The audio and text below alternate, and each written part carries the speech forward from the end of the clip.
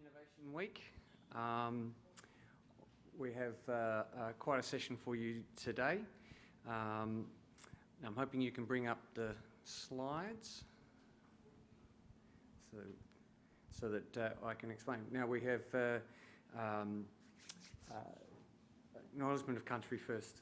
Our event is being held on the lands of the Wurundjeri people, and we wish to acknowledge them as the traditional owners. We pay our respects to the elders past, present, and Aboriginal elders and their communities who may be here today. Thanks very much. So what we have is an online event and a face-to-face event, and to try to get some dynamism in there, we've got some of the online people are just viewing via a stream, and if you want to participate, you can go in the Q&A, you can go to either of those links and be able to communicate with us throughout the session or via Q&A. So just briefly, I would like to introduce our panellists. I'm going to let them do it in detail, but to go across, we have Stuart Mitchell, who is the Strategic Management Manager of NAPLAN and National Schools Interoperability Project. We have Sandra Milligan, who is the Queen of Metrics, I get to call you, who's a Professor at Melbourne University Assessment Research Centre in Melbourne Assessments. Nick Parkinson from the Grattan Institute. And online, we have Leon Furs, who says he's just a PhD student, but he's actually deeply involved in the AI community and school education, so thank you to you all. So I'm going to spend a couple of minutes and set up the context. Then each of our panellists are going to spend a couple of minutes describing their view, and then we're going to go through some Q&A and what we think is quite an important topic. So AI is a catalyst for other things. I don't think it necessarily changes the essence of what it is that we value and what we want out of education, but it might change how we can do that. It might give us an additional reason to do 21st century skills, or complex competencies as we often call them. Now, we've got a bit of those complex competencies in the curriculum now, and we've got huge teacher workloads, which is one of the reasons Nick here, he's an expert in that. And the big problem we seem to have is, how do we do more of what we want out of education, but not increase teacher workloads dramatically? That's the gap between what we want to be able to achieve and the resources, etc., to do it. AI might be a bridge. Some of the things that I'm seeing is showing that the amount of work to achieve certain parts of a teacher's job are being impacted and reduced by the introduction of AI technologies. It's a small component of the environment now, but certain administrative tasks, certain content tasks, certain synthesis tasks are being somewhat automated. It also is showing that we could potentially expand what we gather as evidence of assessments. It means that potentially we can look at conversations as a way of having an assessment, or maybe group work, wider options than we currently have. And it's also showing that we might be able to look at significant pieces of student work and compare them to standards or other rubrics and have those things done, the first draft of them completed for us, minimising a lot of the work where we're doing more sophisticated, complex competency types of pedagogies in schools. So this is the problem. This is the landscape, not the problem. This is the landscape that we're going to traverse today. In the bottom left, we have what we call the traditional assessments, which is a traditional psychometric construct with a strict kind of curriculum where you can focus on teaching to the test, where you know the standards. As we move up and across, we're expanding what it is that we're measuring And that also changes how we teach and what we have to gather to do those measurements.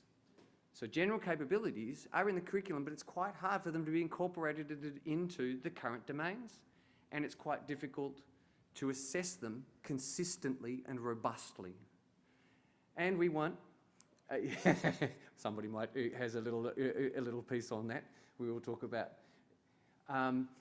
And as we move up, we move into more distributed ways or localised curriculum agency, where people can choose a bit more about how they go about what they want to teach, and we can have more diverse learning outcomes, and that requires more diverse psychometric constructs. So as we move up and to the right, the amount of work required of teachers generally increases dramatically. So as we want to assess and teach 21st century skills, generally it means more work for teachers. And so we are generally stuck down in the bottom corner. So could AI be a bridge that helps us move up this picture? I'm going to start and let Stuart talk a little bit about his views on this particular topic. Thanks, Dan.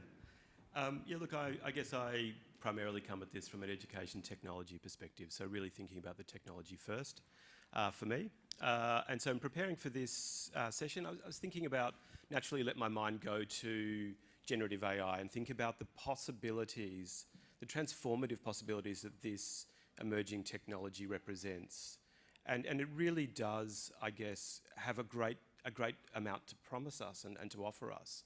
You know, the possibility to generate on-the-fly, accurate, adaptive assessments that are individualised to each student. The ability to provide in-time and appropriate feedback to teachers and students alike. The capability to alleviate the burdens that teachers have around administration so that there's way more time to spend with students. The ability for a system to throw up an alert ahead of time to say, hey, I'm looking at the data and from the patterns I'm seeing, I really think you should go and have a conversation with that student because there seems a high probability that they might have a well-being issue that's emerging. The ability to review a group of students having a learning conversation and make some judgments, not just about the content of their conversation, but the way that they're interacting with one another, their teamwork, their interpersonal skills. You know, there's so much there. And what I want to say is, you know, if I do pop my technologist hat on and sort of lean into the, I guess, almost quarter of a century of experience in close to the cutting edge of education technology, I know that these things are possible with the technology we have now. If you take the right data sets, you give it the right focus, you give it the right tuning, you give it the right application, it can deliver these things now. So that says to me that the barriers are not technology. The barriers are what I think of as sort of socio-emotional.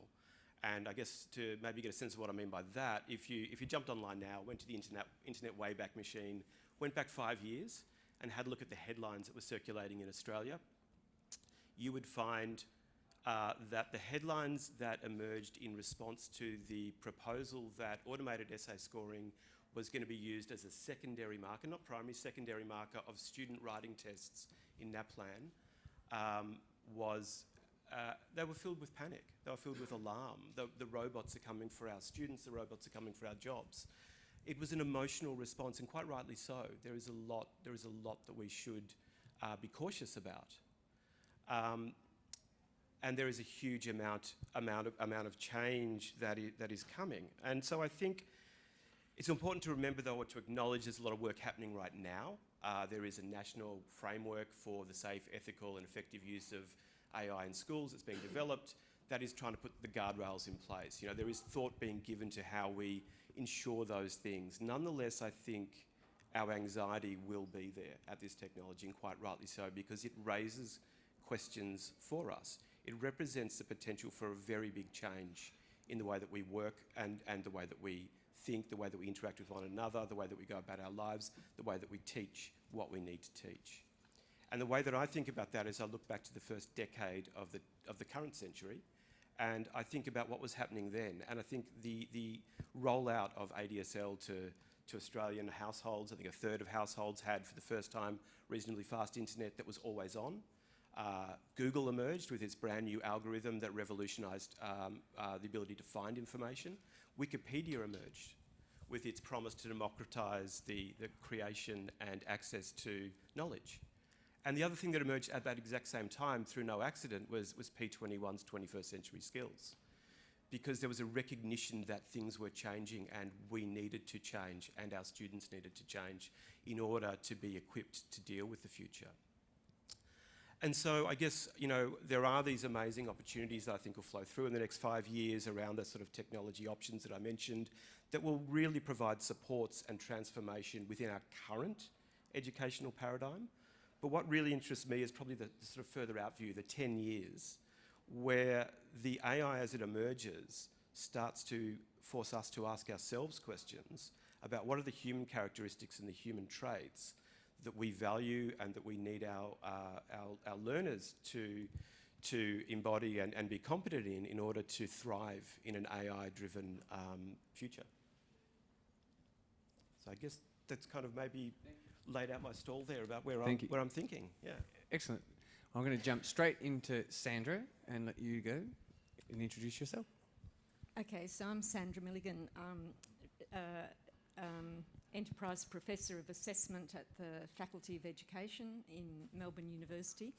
And where I'm coming from today is based on half a decade's work that I've been doing and my team's been doing, and there are some members of my team here, hi Lynn, and Leon,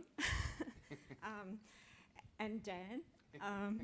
So what have we been doing? We've been trying to imagine what it is that students need to thrive in an AI world, right? And as we've worked on this, a couple of things become clear.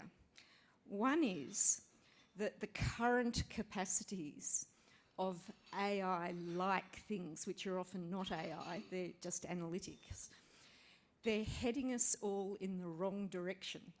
Now, Stuart might disagree with me on that, but where they're heading us is to get more and more data that figures out whether students can master set content that's in the set syllabus to see if they can regurgitate it in a way we want it regurgitated, and if they can develop the techniques in the curriculum in particular set domains of knowledge.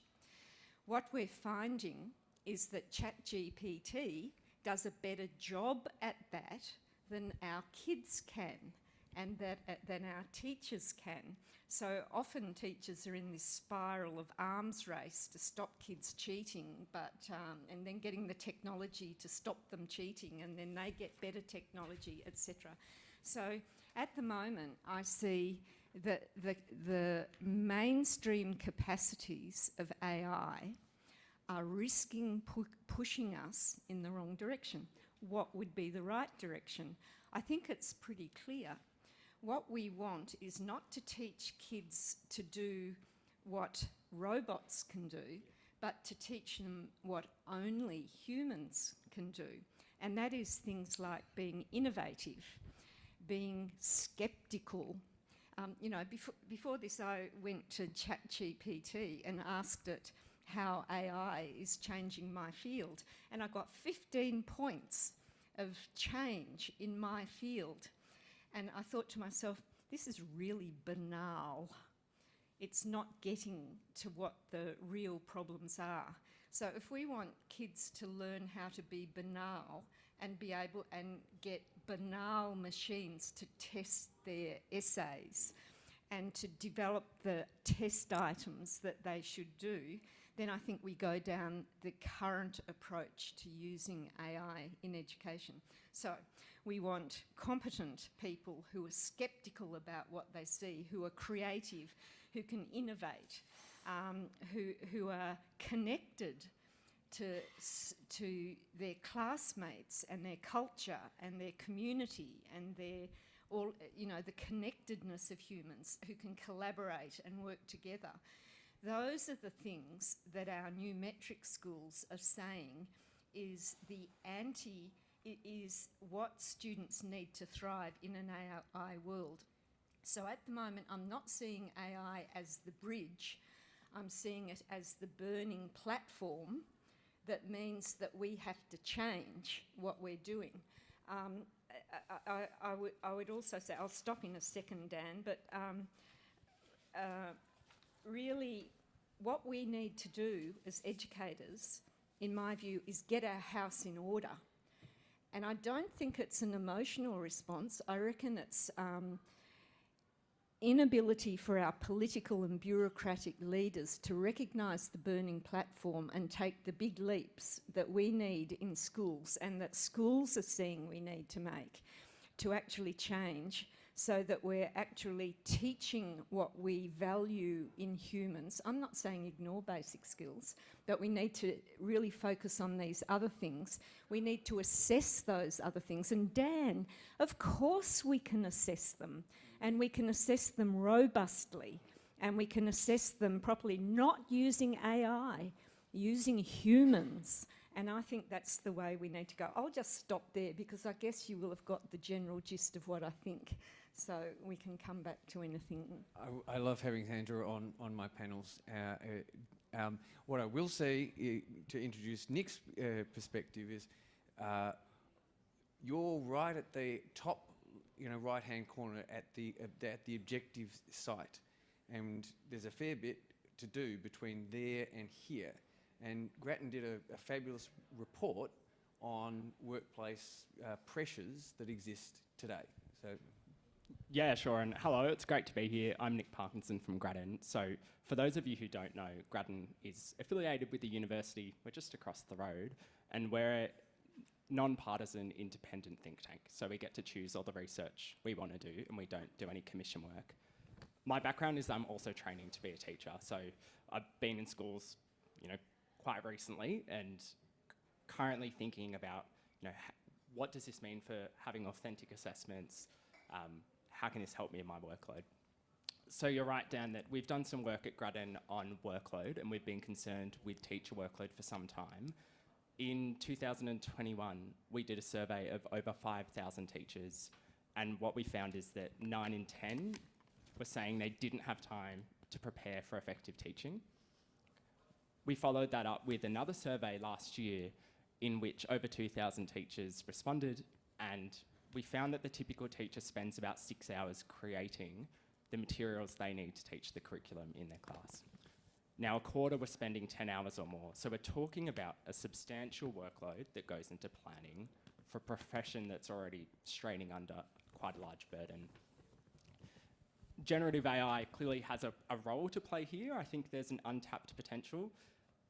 Leon, you may know better research than I do in this space, but the largest survey I'm aware of found that only 6% of teachers use generative AI for their job, for teaching, so it's really quite an untapped potential. That compares to students. Deloitte released a report on Monday where they found 3 in 5 students using generative AI. So I think that's something we need to grapple with as educators.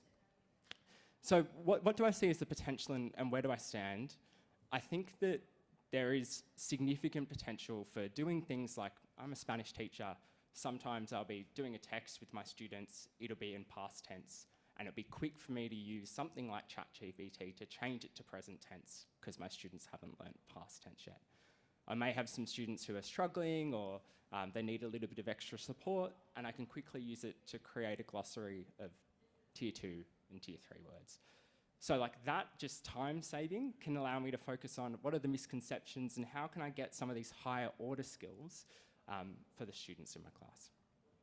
I think there's another potential part which Stuart, you touched on, which is the adaptive and personalised side of AI models. There's been good research for a while proving the point that this technology isn't really that new, which shows that students getting support from a digital tutor, I'll call it, at home to supplement their learning can really make a difference. So there's big randomized control trials in the US. They've found that up to 3 months in a term of getting some extra maths help, for example, at home with a digital tutor, just as I said, within a term. So that's really quite a lot in the scheme of education research. But onto the challenges and that idea of what is the role of AI in a modern education system. I think I'm probably slightly less bullish about where AI can take us for a few reasons. I think it has potential on the teacher workload side, but teachers will always need to exercise their professional judgment. And no one, like that human element, those magical moments in the classroom, can replace teachers. The other thing is AI is getting quite good at assessment, but it's still not amazing at open-ended tasks. It's good, but you will always need a human assessor. So that teacher, well, at least for open-ended, and with the technology as it stands for today. So I think the workload side, at the moment, it's not quite there when we talk about those more open-ended tasks that we're setting teachers. It could well get there, but I don't think it's the panacea we need. And the last thing I'd say is, if anyone's used a large language model or AI, when I use it for work or when I use it for teaching, sometimes what they spit out is not great. And students, we know they're using it already. How can we prepare our students to critique what AI produces? I think my response would be, students need to be prepared with really deep knowledge about subject matter so that if you ask it, what are the challenges in my field, you actually have enough background knowledge to say, well, that's a banal response, or that's not right. So I don't think we should throw the baby out with the bathwater when it comes to teaching all the fundamentals, and we should prepare our students with enough knowledge to be able to actually critique what's coming out of AI. Thank you, Nick. Terrific quotes. Now, we've got an online speaker with Leon, who, are you able to speak? Let's just hear you up. I can speak, Dan. Can you hear me? Yes, go for it, Leon. Perfect. So thanks for allowing me to zoom in. I'm over in Adelaide at the moment. Yeah, look, and I've got the luxury of responding to or drawing on everything everybody else has already said. So that's a good position to be in a panel, I think. My research is around generative artificial intelligence and English education, writing instruction, and the professional identity of teachers. So, you know, that's giving you a bit of an overview of where I come from. But I think there's one thing that we need to clarify while we're talking about AI and assessment. And there's been a bit of crossover in the discussion between different forms of artificial intelligence. So, you know, on the one hand, we're talking about predictive algorithms and the collection of data points, or so the datafication of students, if we go too far down that track. And we need to discuss how much data we want to collect for our students and why. What is the purpose of all of that data collection? What are we using it for? Because we already collect a lot of data on students in many, many different ways. And we process and we use that data in various ways. But, you know, some aspects of AI will be used in that predictive sense to say, okay, these are the scores that those students got in these standardized tests. This is the pathway that student is going to go on next. The other kind of AI that we've also brought up is the generative AI, like text generation, natural language processing of ChatGPT and co.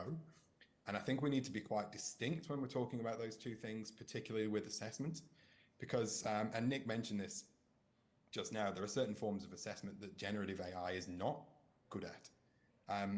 So if we think about generative AI assessing something like even a traditional assessment like an essay, we can give a rubric, we can give the essay, and we can say, assess this essay for me, and it will give an amazing facsimile of assessment.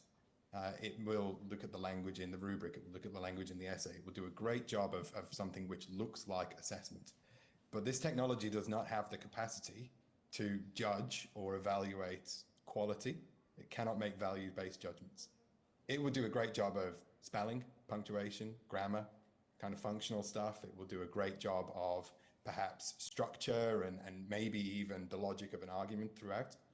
But it won't give the kind of robust qualitative feedback, I guess, on a piece of work that a teacher would do. So that's problematic from my point of view. Stuart said right at the beginning that teachers can offload some of the administrative tasks onto this. And I think that this will be a really important thread to pick up on, because I've got concerns about the narrative that teachers don't have the time to prepare, so we'll give them materials. I think it should be teachers don't have the time to prepare, so we'll give them time. And I think that AI can perhaps help with some of that time.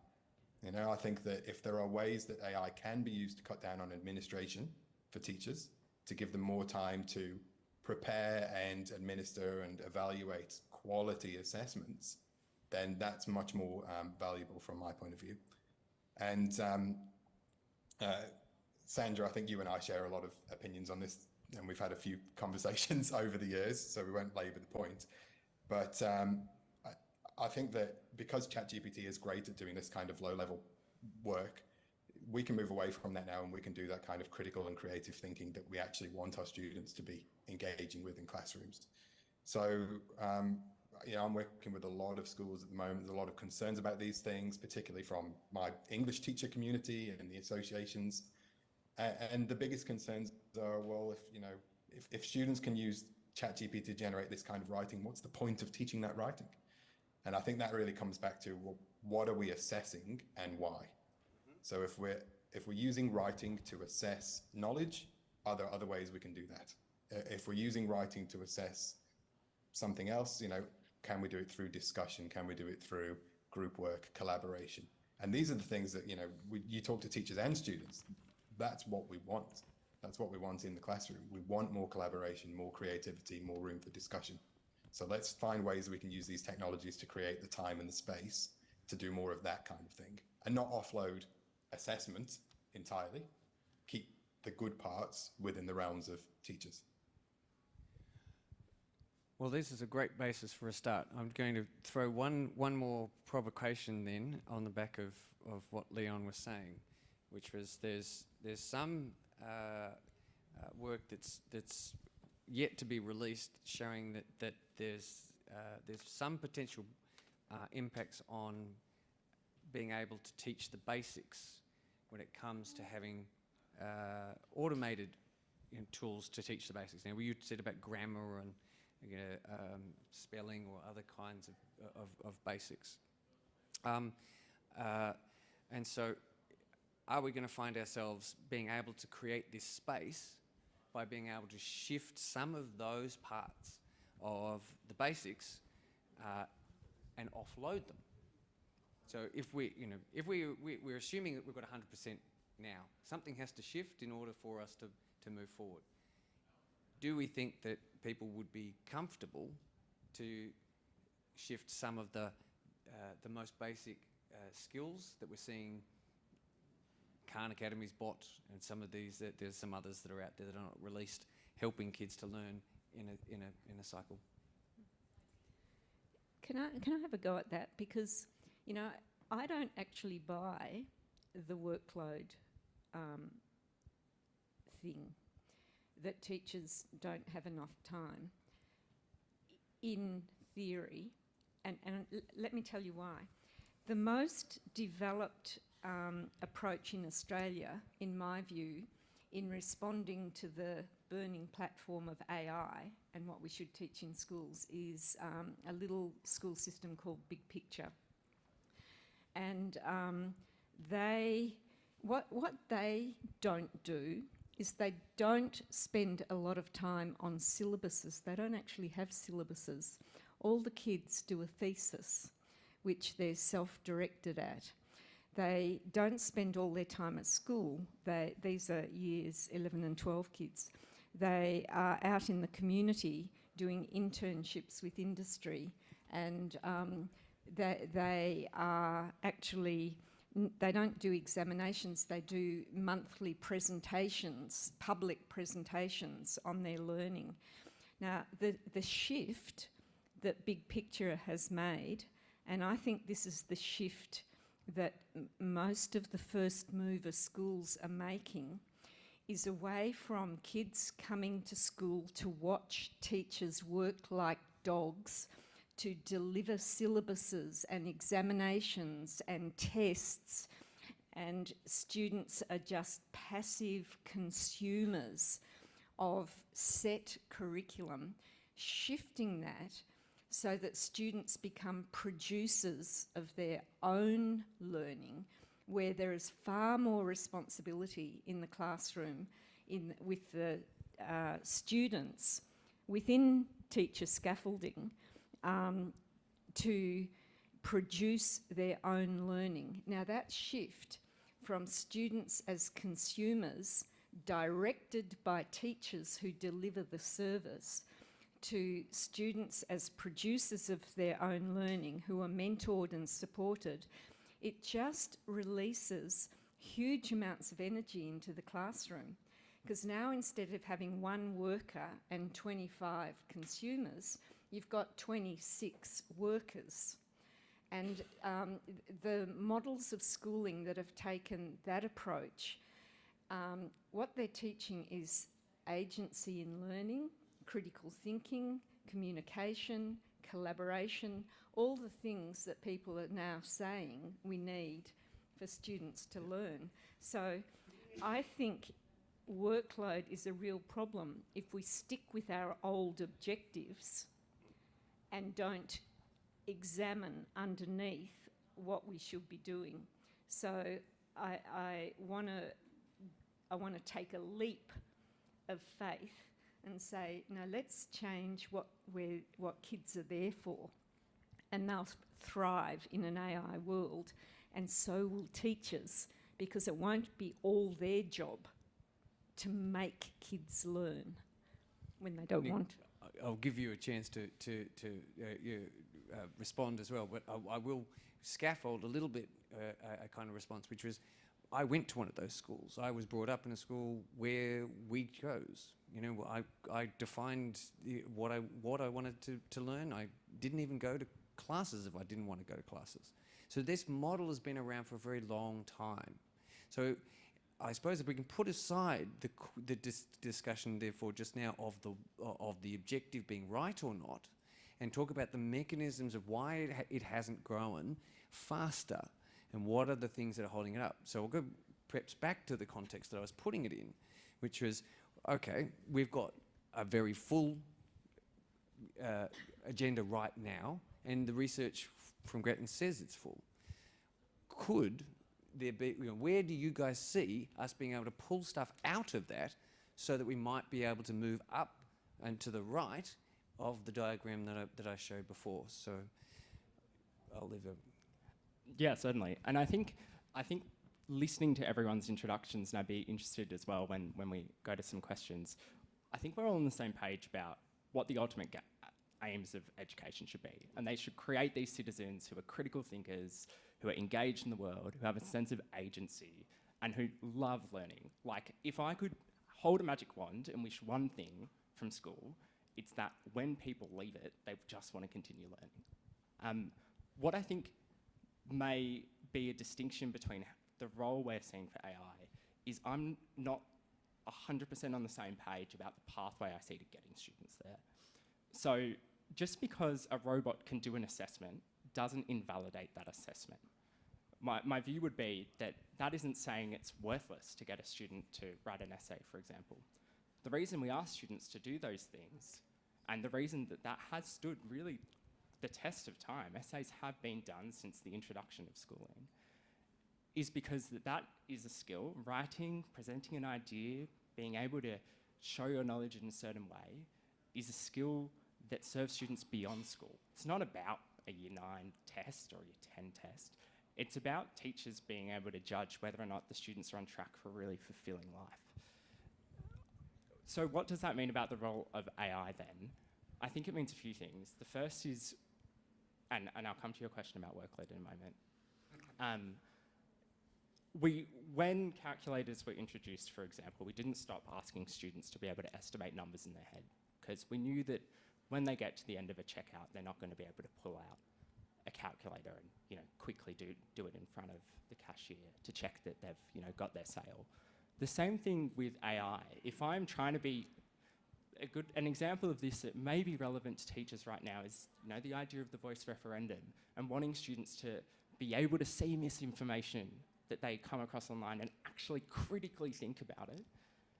again, that barrier of being able to pull up some form of AI tool to be able to assess whether or not something is right is never going to be as helpful as that student actually being armed with enough information about Indigenous history and cultures and the Constitution to be able to see it in the moment. There's just that barrier of moving to a tool. And so to workload, I think that there are real benefits to be gained, particularly in some of these administrative tasks. And I do think that there are some opportunities to offload some of what we're teaching in school, and I'd love to have more time for a much broader curriculum, particularly in primary schools. My concern would be that agency that the students in the big picture schools are showing, those senior students who've been able to get there, what does that look like for students who aren't yet able to be self-directed learners? Maybe they're in the early years of primary school, for example.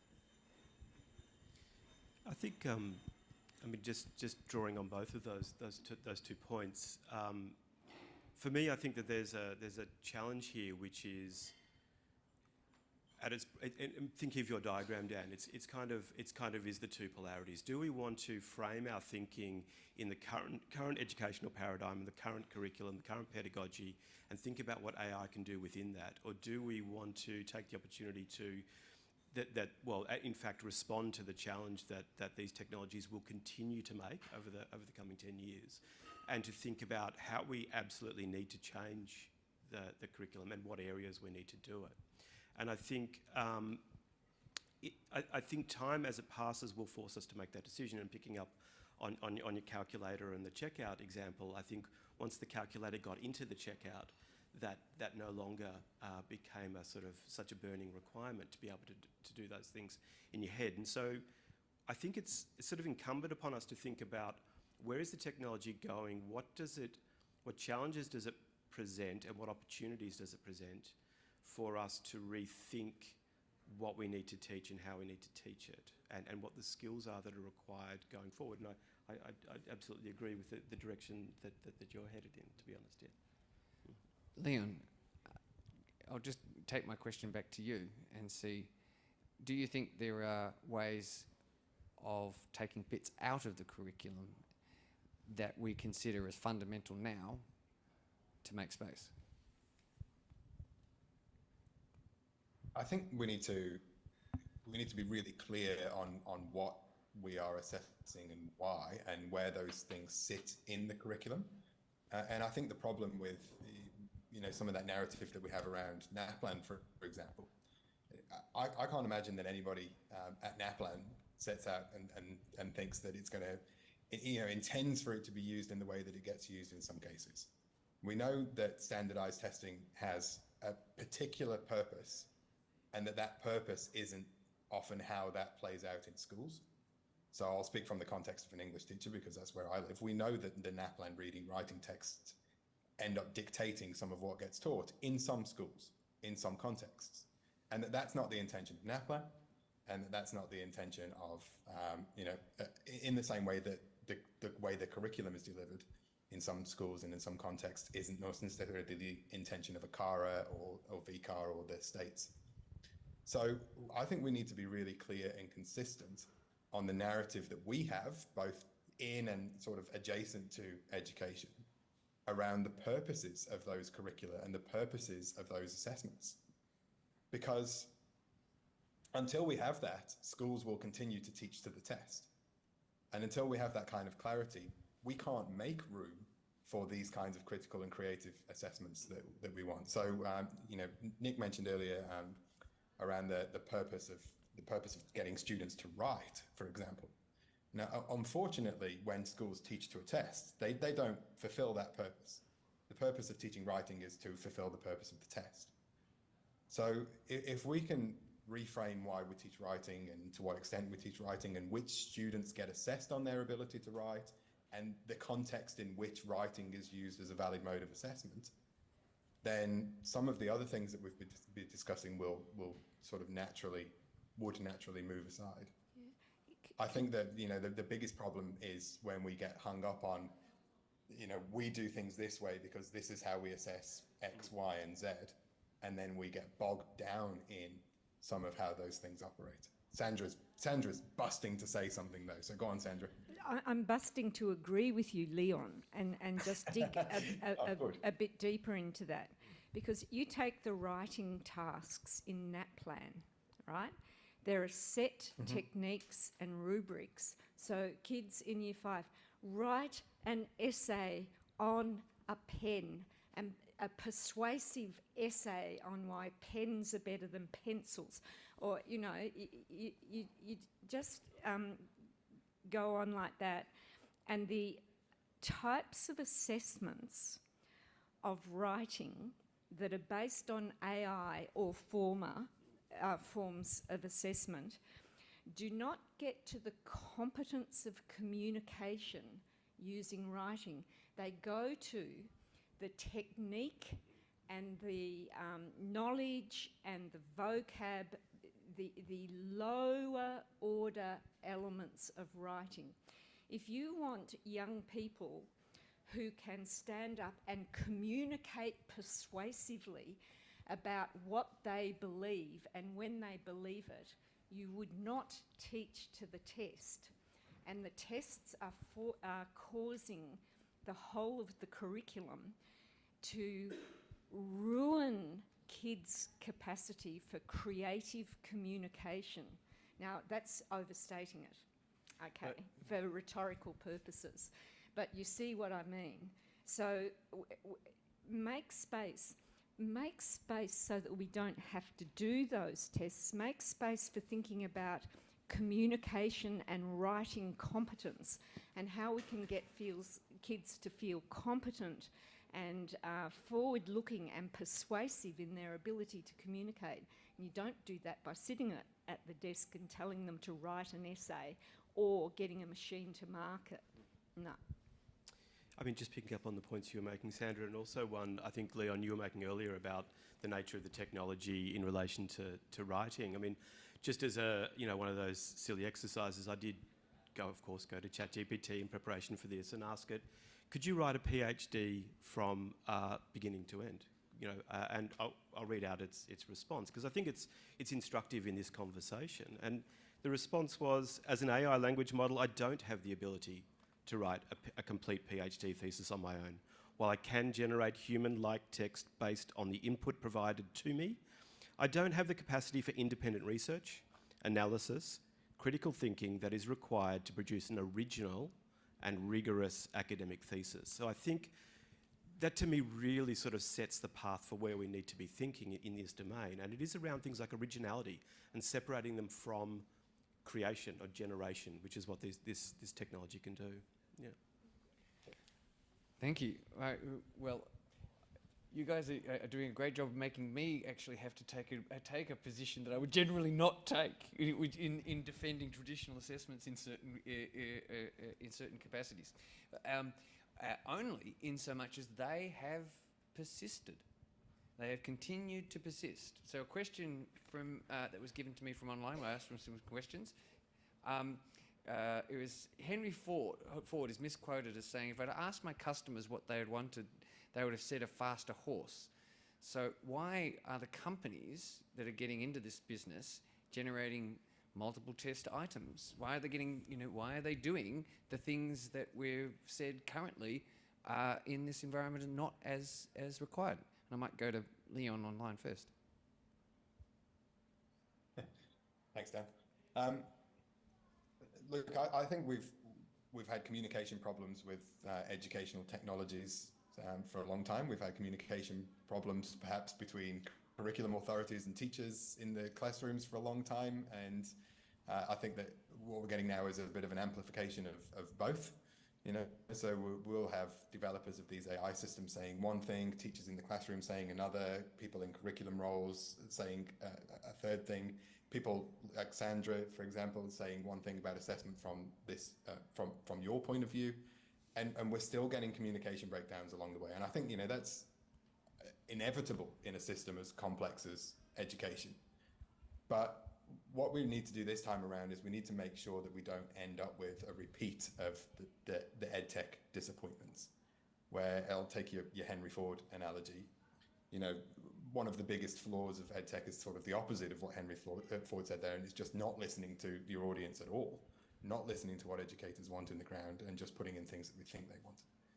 And some of that ties into what we were saying earlier around, the purpose of standardized tests like NAPLAN, for example. We saw massive amounts of EdTech came out that, helps students to do better at NAPLAN. That's not what we want. That's not the purpose of the test. But it's what schools are purchasing. That was the point, I suppose. That's the thing. That's the thing. Where is the market taking us? Yeah. So can educators get on the front foot with this version of the technology and not have it be EdTech V2? I hope so. One thing that I think is interesting thinking about here is like what do you begin to replace as assessment? And there's authentic assessment, and we've heard an example of, you might be able to listen into a group conversation. The one thing that I do think generative AI poses as a challenge is open-ended written tasks for students to complete at home. Now, this is something the university sector has been grappling with, potentially before schools. One really interesting large study of over 12,000 teachers found that fewer than 1% could identify a script written by ChatGPT out of a whole range written by students. So what we know is that teachers are expert judges, but actually they find it really hard to assess when something's been written by a student and when something's been created through generative AI.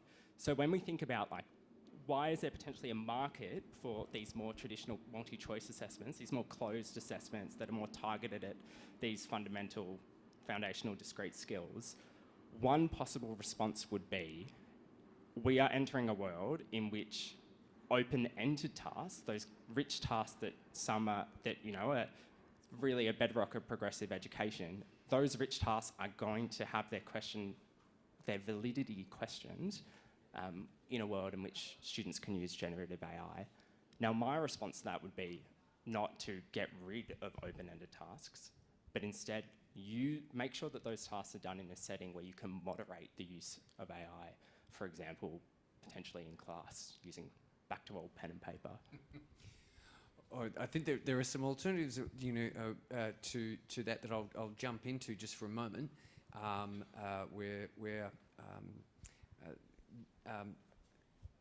let me give you another case that might support this. First of all, there are technologies that can track what students are doing as they go through the process of creating something. And we can see what they did first, what they brainstormed, what they added in, how they revised it, when they revised it, and the developmental process. Now, that's more difficult for a teacher to assess because there's so much more data in there, but there might be some additional observations that we can make in the creation of a portfolio rather than of an asset, rather than just the end asset. That's one piece. But I just wanted to jump on what I've heard anecdotally about the school assessment tasks, the SACs that have been going on right now for this year. And Leon, you said it was 3 in 5. And that's about the figure, there's about 50% of kids who are saying that they're using it extensively to actually do those tasks. So I have a theory that we're going to see specific retardation, if you like, on the development of certain particular skills that these things are supposed to be measuring if the students aren't engaging in that measurement. And if they don't see them, well, I think that's a really interesting question about the traditional assessments. And that would potentially provide the evidence for why we might want to shift. However, I suspect if we see a shift, and I'll give a shout out to IntelliSchool who are sponsoring today, because they've been working on something which is to look at the difference between what we would expect students to be doing in particular areas, and then how we're seeing that go at very granular levels. So you might be able to pick up actual unusual deviations, different to previous deviations we've seen in the past, and isolate them to students that, or at least activities that could indicate students are using Gen AI a lot to generate these open-ended answers and being able to then provide some background for that. But I suspect what will happen is politicians might turn around and say, we've got a reduction in NAPLAN scores because of AI being used, and clamp down on it and actually double down into paper tests, and that takes us further back towards tradition and not on the path we're going. So does anyone want to make a comment on that? I'm sort of always astonished at debates like that, really, because we've been doing NAPLAN for what, 15 years? No, probably not that long time, 2008. And do you know, NAPLAN scores, despite the millions of dollars of effort that we've put into teaching kids based on NAPLAN scores, they have not changed one jot. They're complete flat line. So all this effort we've put into having rigorous, proctored examinations where kids have to prove that it's their individual work has done nothing for any of the problems that we have in our school system. So why would we persist with that approach to assessment? The sort of types of assessment that the new metrics have are authentic, complex performances that kids actually have to do in front of the teachers and their peers and their broader community that you can't cheat on, really. I mean, you're actually doing things in front of others and demonstrating your performance. So that's the sort of assessment that we need, not better proctored. We're still at that point about how to shift the game that we have now so that we create the space for that for those kinds of things. Well, Dan, I just say AI is not going to produce that space. AI is the burning platform that makes us need to. But I don't think the answer is in AI. I think it's in rethinking our headsets about what we want to teach, how we teach it, how we assess it, and the AI will follow this to support that once we've figured it out. We haven't figured it out yet, or some schools have. They're starting to figure it out. I mean, at the risk of once again being in furious agreement, I think, and maybe touching on the question that you threw to, or maybe some of the points that you raised, Leon, in terms of the failures of the edtech industry, I think their failures when viewed through that lens, I think those companies and organisations were responding to whatever the market needs were at the time, which were primarily set by, I guess, the values that were placed on certain things, certain types of assessment, certain outcomes, certain results at certain points. So that's what those otherwise those companies simply wouldn't have been able to sell their products and satisfy the schools and the parents and the students in whatever way they did. So I think I agree with you. It is going to require some brave changes to the way that we think about the structure of education. That is what's required, and how we get there, which is, I guess, that's really the question. That's what I'm going to be banging on. We've got the objective. We know that it's right. We know that it's worked in the past. We've got measures that are in place, but how? So I think maybe an increment. There are possibly some incremental steps, and I think one of the points that you raised was the SACs and potentially students en masse are using generative AI, and therefore I think you're saying certain points of their sort of demonstration of their aptitude or progressions might be lacking. I guess what will naturally happen, much like the calculator at the checkout, is at a certain point we may as a society go, well, that's no longer what we need anymore. And I think the question we ask ourselves is how. One of the maybe clues to a non kind of large policy shift, but a more incremental drift, will be what happens in the generalised workforce, I guess. I already, know a scary number of sort of quite senior kind of operators who use ChatGPT to do first drafts of documents. It's not something that I've kind of yet been brave enough to do, but I can see that's where things are going. And you look again at some of the commercial companies, the big companies, they are looking to integrate this technology into the tools that people are using in their day-to-day jobs. So there will be just a subtle shift that will start to drift things in some ways, I think. Just to give you one of my points here is that in the US we now have inside doctors' surgeries, 600 doctors' consultation room, I should say. When patients come in, they now have an AI agent that assists the doctor.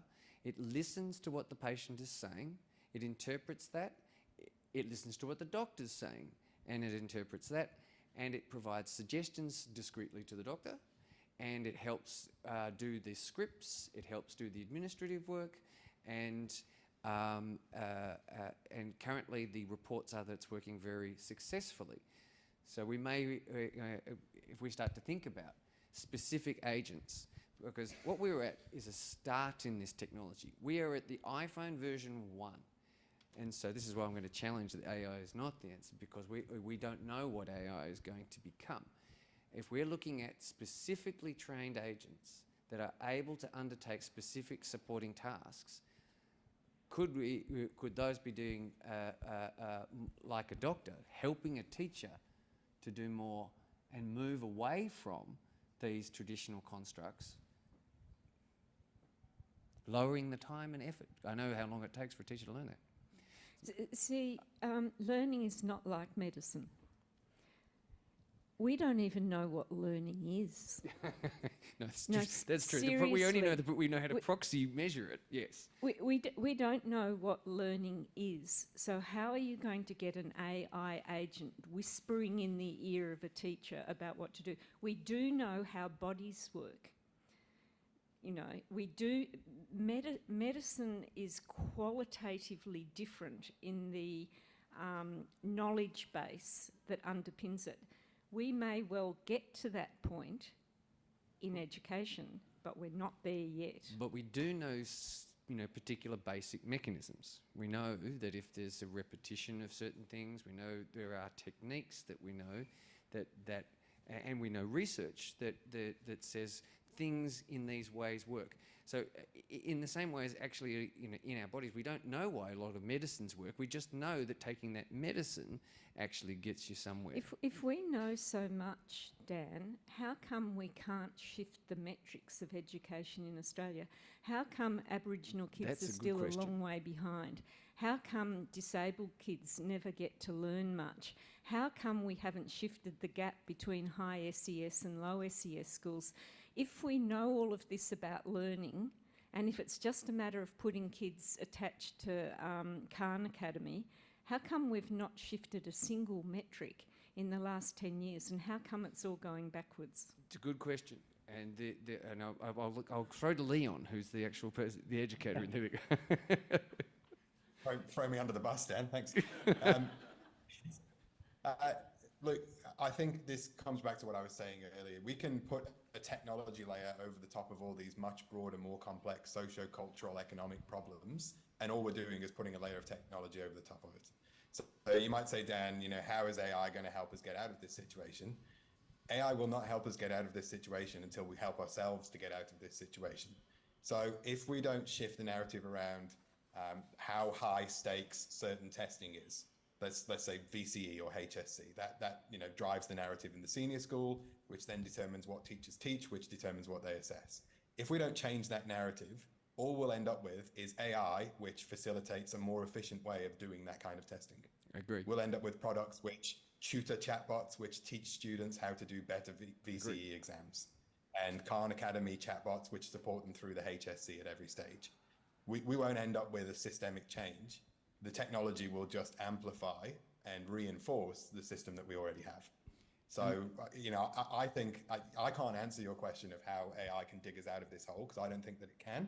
But I think that if we, as Sandra said, if we make the kind of changes, and systemically that has to happen at all levels, not just in the classroom, then the technology will just reinforce whichever direction we ultimately head in. That, I think, is the summary, if you like, of the session. It seems that where we want to go is where AI will take us. the evidence that we currently have is that we are heading to a reinforcement of traditional measures, and that at the risk of even going back to paper and pencil, and to support, to ensure that those measures are kept in place. So there seems to be not an ivory tower of traditional measurement, but an old-fashioned keep behind walls that has been resilient to many changes that we've wanted to make. And I'm hoping that we're going to be able to scale those walls with alternative mechanisms for assessing and measuring and helping kids to learn what they need to learn in the future. I'll leave this leave it open for a last comment from each of the panellists on what might our next steps be, but particularly it's going to be a very big change. So what are the canaries in the coal mines that we can use to inform decision makers about that we're going in the right direction or we're going in the wrong direction? What evidence can we gather that says we believe this is evidence that we're not doing what we need to do? I'm happy to start. So I think your question is, where do we go, and what are some indicators that we're on the right track? One possible solution to the advent of AI is to say, well, if students may be able to use this, it throws traditional assessment out the window. If robots can do the traditional assessment, what's the point? Is everything we're teaching in school kind of useless, and should we be focusing on something else? And I think my challenge to that, and I'd encourage people who are listening online, particularly Daisy Christodoulou is a writer who's done a lot of interesting work on like, what does this world look like? I think my challenge to this idea that, well, let's rip everything out at the roots because of AI is what's left in its place and where does that leave students? And the reason I say that is for that doctor who's got the assistant, that doctor does need to have some knowledge about anatomy, some knowledge about biology to be able to know if what the assistant is saying is true. Now, some students may be able to get through school without being taught what's on a syllabus about biology, but particularly for disadvantaged students, where does this leave them? Which brings me to what is the indicators that I'd be looking for? I'd say shoot for wherever we may shoot, but I'd watch that gap between advantage and disadvantage, because I think what the international evidence points to is when you loosen as a system what is taught and you focus more on particularly broadening some of that those skills in the early years, you can really create these chasms between kids who get the knowledge at home because their parents take them to museums so they learn about ancient Rome, and those kids whose school is their only way to learn about the world. Not their only way, but their only way to learn knowledge about the world beyond the community they live in. So I'd be watching that gap, and I'd be keeping a close eye on it no matter where the trajectory takes you. Thank you, Nick. I'll go to you, Liam. Thanks. For me, the indicator would be, is school, in whatever form that comes, that might be something like a big picture education school where students are out of school for a lot of the time in the senior and they're out at work, is education somewhere that students, children, young people want to be? And is it somewhere that educators want to be? Because at the moment, I'm not sure that it is. So as a system, those are my indicators that we're getting this right. Do we want to be where we are? Do the students want to be there? Do the teachers want to be there? And if they don't, something's wrong. We've got to fix that. That's it. Thank you, Liam. Stuart? Look, I think Leon sums it up beautifully, I think, in terms of a great indicator. I think, though, and not wanting to end on too pessimistic a note, I do think that history sort of demonstrates to all of us that the world of education moves slowly. It's inherently conservative. Change is difficult. It takes very it takes a great deal of courage and boldness to affect large change. And at some points in I guess most of our lifetimes, Australia has led the way in some big changes. But nonetheless, it is a very change-resistant kind of structure. So I suspect that a very likely outcome is that this technology will start to emphasise the problems that are there. And so the indicator I think we should be watching out for is those gaps getting bigger. And that's when we need to really sort of start to rethink, in line with the thinking of my fellow panellists, how we're structuring this. And I couldn't endorse Leon's indicator more. Thank you. Greenometrics. I'm with Leon. Knowledge, as I have heard commentators say, we're shifting from a knowledge economy to an innovation economy. And I believe that's what AI is doing to us. So knowledge, necessary, but totally insufficient for kids to thrive. So I think all the indicators that Leon talked about, kids are voting with their feet. Fewer are going to university. More are dropping out of schools. Many are doing non-scored VCE. Many don't turn up to NAPLAN anymore. So I think the kids are walking with their feet. I tell you what, the teachers are. We can't keep teachers in front of classrooms now. So the kids don't like it. So to Leon's point, the students are walking with their feet. Knowledge is insufficient. I think we're at an inflection point where we need to do something. And to me, it's rethinking some of the fundamentals. That'll do. Well, Sandra, Stuart, Nick, Leon, thank you very much. Thank you everyone for attending. This has been an enthralling discussion and I appreciate everyone's time. Thank you and goodbye.